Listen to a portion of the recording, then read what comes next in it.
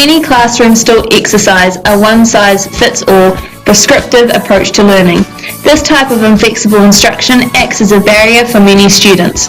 UDL establishes guidelines which teachers use to create an inclusive learning environment. There are 3 principles: action and expression, engagement, and representation. Our presentation will focus on engagement.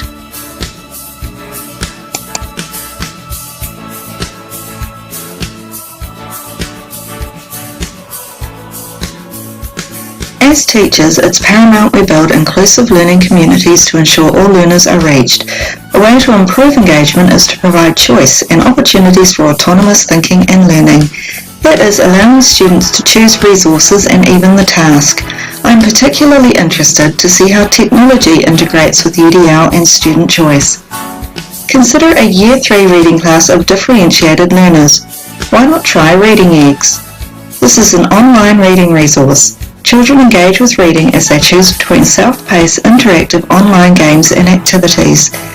There are over 2,000 level books and animated reading and phonics lessons. The students choose the lesson at their level. My junior readers would choose a Reading Eggs task, such as the rhyming square activity where they match 2 different words that rhyme. My higher readers would choose a Reading Express task where they might read an extract and answer questions from an ebook, such as biggest, highest, fastest. They also choose whether they want to listen to audio, read a book, watch a video, play a game, or complete an activity. I used Reading Eggs on Practicum 2 with my Year 3 class. It was a way my AT and I engaged diverse learners through technology. A digital approach offered choice and removed barriers to learning. Lipinski, Gravel and Rose said technology makes learning possible for differentiated learners by creating flexible and supportive learning environments. UDL supports differentiated learners and upholds the New Zealand curriculum's commitment to inclusion.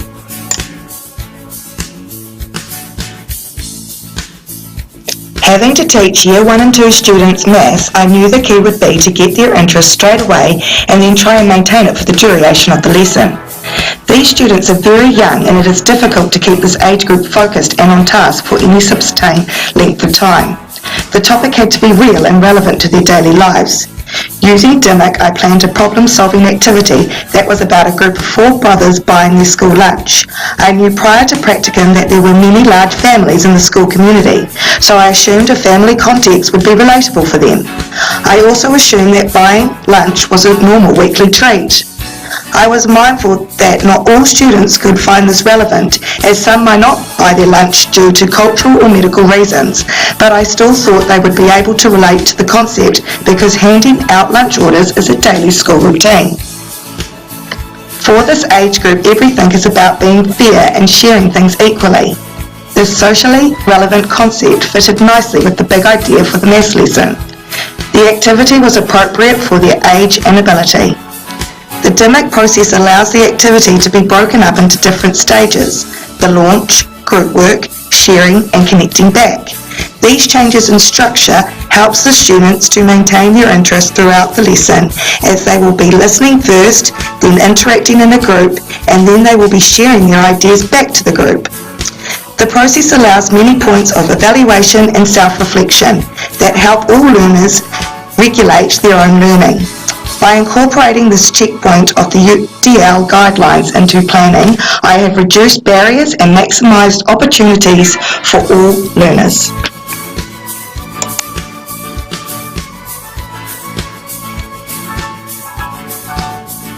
The school that I was in for Practicum 3 was very energetic when it came to PE. Most of the students in my Year 7 class were very active. However, not all students were motivated. To improve engagement during PE, I created a safe and predictable environment. Lipinski, Gravel and Rose said there had to be a balance between challenge and support to ensure student learning. Before the class played a game of netball, we practiced ball handling skills.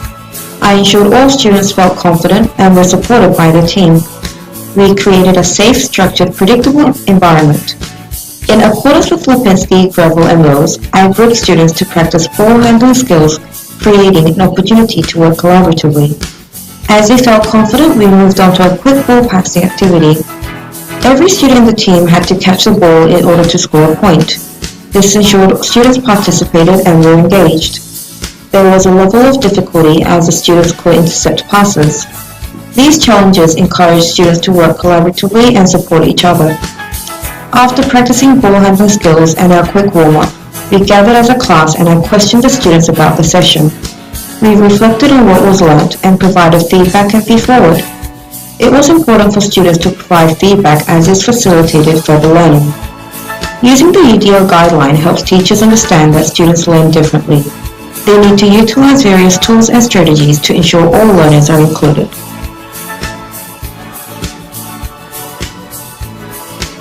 Teachers hold commitments to both the teaching profession and learners in which we must uphold and acknowledge to the best of our ability. It is important to ensure teaching is effective and of a high standard, and that practices are inclusive and support the needs and abilities of all learners. To promote success and engagement, a universal design to learning can be implemented to sustain the effort and persistence of students through varying the demands and resources, resulting in challenge to be optimized. This can be encouraged through providing physical and hands-on activities. The game of Simon Says can be used to implement a universal design for learning in multiple ways in a Year 3 Te Reo Māori lesson. By presenting the required instructions such as haere atu, kanikani, hikoi and enroho on magnets or labels around the classroom, as well as in teacher instruction, students become exposed to the required vocabulary and are able to shift, organise and use these words in whichever way they feel comfortable. As student engagement is influenced by the way in which they are asked to demonstrate their knowledge, it is important for new learning to be presented in varying ways, enabling all students to have access to the material. To ensure students are engaged, lessons must hold a level of appropriate challenge so individuals can progress. Teachers promote persistence within the game of Simon Says through allowing the students the opportunity to play with the words first. Once they become comfortable and can remember them, they are then removed so children are required to use their recall skills. This sequence can be repeated when new instructions are introduced, making it more challenging for the children, as they have to continue to build their word bank and acknowledge their recall processes. The Ministry of Education State Universal Design enables teachers to ensure their practice acknowledges the skills, knowledge and experiences of all learners. As everyone learns differently, flexible opportunities to engage with and present information should be encouraged in learning environments, and lessons should allow students to be challenged so their learning progression is not hindered. In conclusion, it is clear UDL practices impact engagement and learning. We have discovered teachers must uphold their commitment to their students and ensuring diversity is met. This aligns with the New Zealand curriculum principle of inclusion.